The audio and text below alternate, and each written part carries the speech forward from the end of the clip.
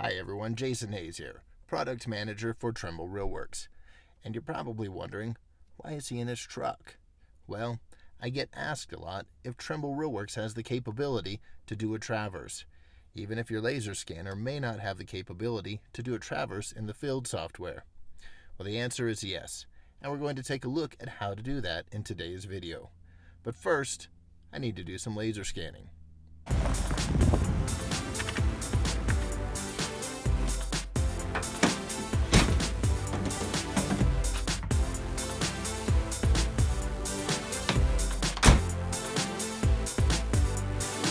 So the traverse went really well. I did 4 scans around this old building near our office.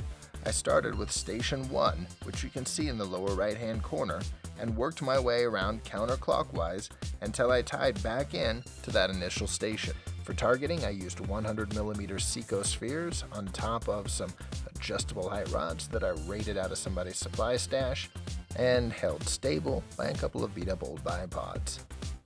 And the scanner itself was a Trimble TX8 on top of a Trimax tripod. Alright, so let's start processing these files. I'm just going to open the folder where I've got this project that was created on the TX8. Now if I had another scanner like a Faro or whatever, I'd bring in the FLS files or whatever file formats were associated with that other scanner. So I'm just going to drag and drop this into the main window here of Trimble RealWorks.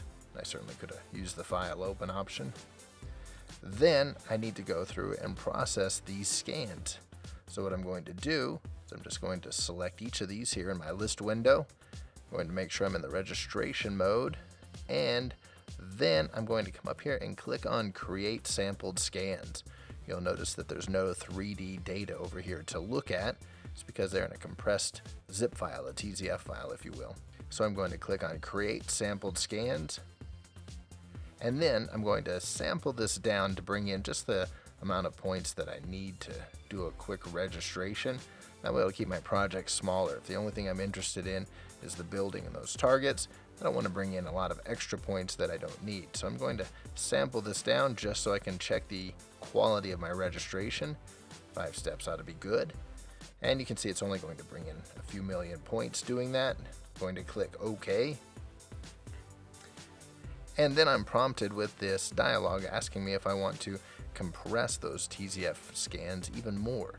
That's going to save me a lot more space on my computer, and that's usually good. It takes a little bit more time, but in this case I'm just going to go ahead and click OK.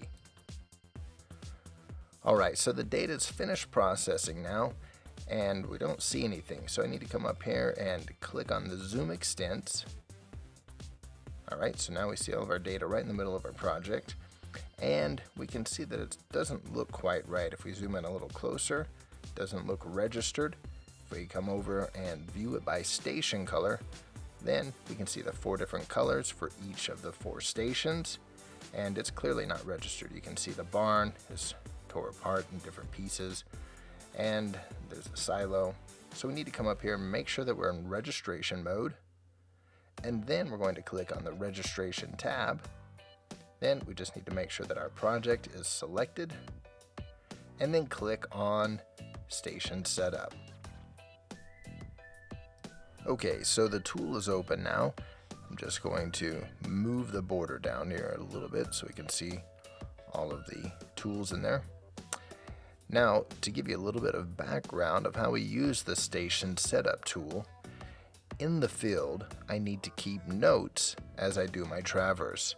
So I'm going to keep notes of where I set my instrument up, what point it's set over, what the instrument height is, keep track of my backside target and my foresight target, and what heights they're at. So in this case, I use the Trimble TX8, which does have the ability to enter the height in the field for each station. There's a bottom measurement notch and a true height measurement notch. In this case, I measured to the bottom, and it calculates the true height, and that's what you see here for the instrument height, so I don't have to enter it. But if I was using another scanner, I would need to go ahead and measure that and enter that here. Now another thing to note in the field is the Trimble TX8 also has the ability to do a higher definition area scan. So I'll do my full 360 scan, which you see here kind of in the top part of the screen. And once that scan's complete, I can isolate a specific area and scan it at a different resolution. So overall, this was just a quick 3-minute scan that I did out there, medium density. But there were some targets that were a little bit farther away, maybe 150 feet. So I did a higher density area scan on those targets. Again, I mentioned earlier I was using the 100 millimeter targets. These are fairly small spheres, and I wanted to make sure that I had enough points on those that I could process this once I got back to the office. So let's get started. Step 1 is to define your station setup. So in this case, I'm on station 1. Now the scanner, the TX8, names the station, so accordingly station 1, the first one that you do, is called station 1. So I'm going to try to name my stations and my targets accordingly. It just makes it easier for me to keep track of where I'm at and not get confused as I go through the process. So I'll show you how I do that. So I'm on station 1. I need to select the station setup type. I've got the option between a traditional station setup or a resection. In this case, I'm just going to choose station setup. Step 2, I need to define my instrument parameters. Here you can see that the instrument height is already entered. Then I need to put in a point. Now I have two options. I can select a point from a list. So if I had a control file I'd imported, I could select it from there. But you'll notice if I click there, there's in fact no points in this project. So it's just going to work over an assumed coordinate. So I'm going to key in that coordinate. So this point where I'm set up, this is over station. I'm just going to call it ST space 001. Now I could name it whatever I wanted, but just to keep it straight, I'm naming it what the scanner's naming it. This is station 1. My coordinate, I'm going to use 5,000, 10,000, and 100. Now you notice that these are in US survey feet. You can see it down here in my units. Now if I wanted to change those to meters, I could just click down in that lower right hand corner and bring up my units preferences. So I'm just going to click create now. So now there is a topo or a control point called ST001, and it has the coordinates of 5,000, 10,000, 100. Next, I need to select my targets. So in step 3, I need to measure my targets. So I'm just going to click on extract. Then I'm going to zoom in where my targets are. So here's my back sight. And I've got two options. I can do an auto extract target or a polygonal selection. Now before I get there, I actually should tell you, you have the choice between spherical targets, black and white targets, just points that you pick, or the software can extract corners. In this case, we want to stick with our spherical target, and we can enter the diameter. I told you earlier these were 100 millimeter spheres, so if I type in 100 mm, it's going to go ahead and convert that for me. So I'm just going to leave that set because I'm using the same size spheres for the rest of the traverse. Then I'm just going to click on the center of the sphere using that one-click option. And you can see extracted down here at the bottom. So you can see it's picked up some other points. I'm just going to rotate to the side. And actually it looks like a good fit on my sphere. I can see the number of points that were picked. Now that is in fact all of those. There's going to be fewer on the sphere. But for now that looks okay. There's my diameter. I'm just going to click create. You'll also notice that there's a shortcut key of P, so this makes it a little bit faster as you go through the process. So this is what I'm referring to as my back sight, and the software has no concept of back sight or foresight. They're all just targets, but again, for me to keep it straight in my mind, I like to refer to it as my back sight, and I'm going to call this 000 because it's behind my station 1. Makes sense to me. And then I'm going to put in the height. So I used a height of 5 foot, and I find it easier just to highlight over the entire field and then just click number 5 and then hit enter. And I'll go ahead and put that in there. So I'm going to click OK. Alright, so there is my target. Then I'm just going to zoom out here, and I'm going to come over here. So this is the general area where my next target was. This was what I called my foresight. So you'll notice that it's a little bit more difficult to see. In fact, it's probably impossible unless you know where it is. So what I can do is I did an area scan on this one. So scan number 2 brings up this area scan, this thin sliver. So I'm just going to zoom in on it. And then I'm just going to scroll down until I start to see points. There they are. Now you can see I can see it a lot more clearly here. And so another thing I mentioned earlier, I have a 5-foot back sight and I used a 6-foot foresight. And this also makes it easier to see inside of the scan data here because I can see this long extension sticking up higher, so I know that I'm picking on the right target. So I'm trying to do everything that I can to help me not mess up. So I'm just going to click on Extract, and it's all set up the way I want it. And just click on the middle of that target. You can hear my fan starting to pick up.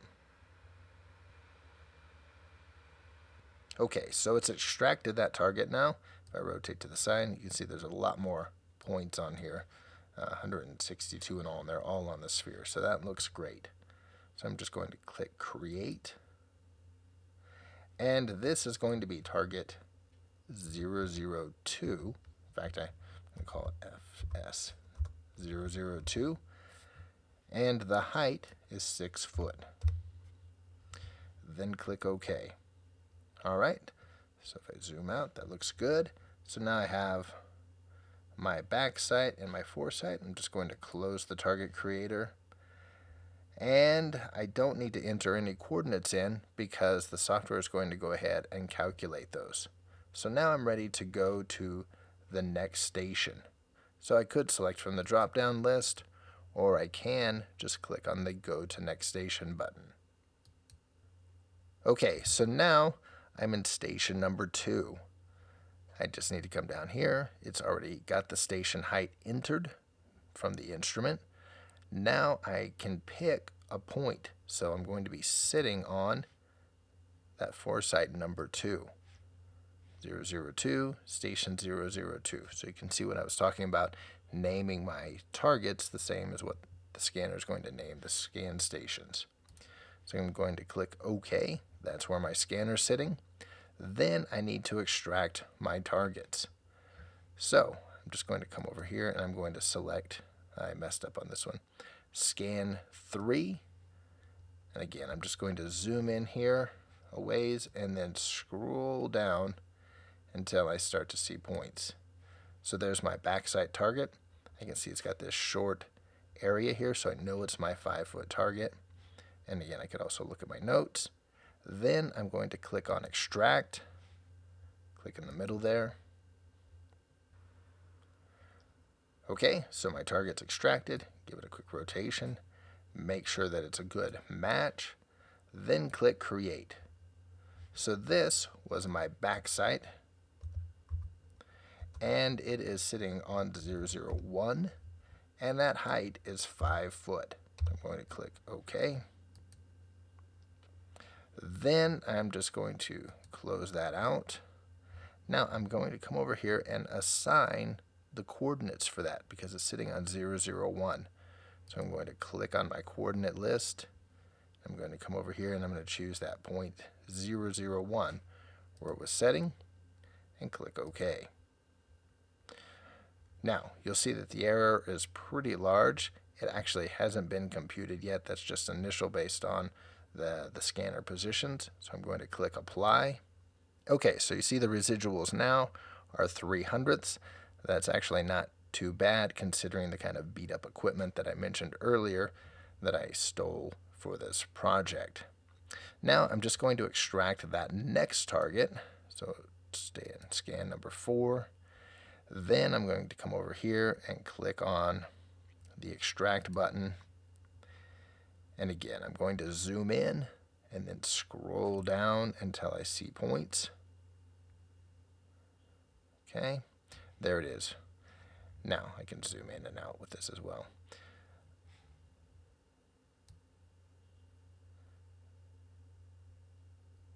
Okay, so with this you can see it's got the extension, so I know again this is my 6-foot target. I'm going to click here. Okay, so it's extracted the target. Looks pretty good. And then I'm going to click create. And this is in fact sitting on foresight 003, and the height is 6 foot. Click enter, and then just close the tool. Okay, so I think you've probably got the hang of it. I'm just going to go a little bit faster now for this next one. I'm just going to go to station 3. Again, my instrument height is entered. I'm going to click on the point. So station 3 is sitting on foresight 3. Click OK. Then I'm going to come and extract my targets. And again, these back sights and foresights are getting a little bit long. So I'm going to select scan 2. And again, I'm going to zoom in a ways here and scroll down until I see points. There we go. So there's my back sight. And again, you can see really clearly that's the 5 foot. Click extract. Come over here, pick in the middle. Okay, there's my target. Looks good. Click create. So this target is going to be sitting on back sight 002, and that height 5 foot. Okay. Close this. Then go to scan 3. This is the area scan for that foresight. And when I'm scanning in the field, I try to do them in order, always to scan the backside first with my area scan, and then scan my foresight. So it makes it a lot easier for me in the office. So I can zoom in here. I'm going to click extract, click in the middle. Okay, that looks good. Fair amount of points, 81. This is probably my longest target stretch here. I'm going to click create. This is going to be foresight 004. The height 6 foot. And then click OK.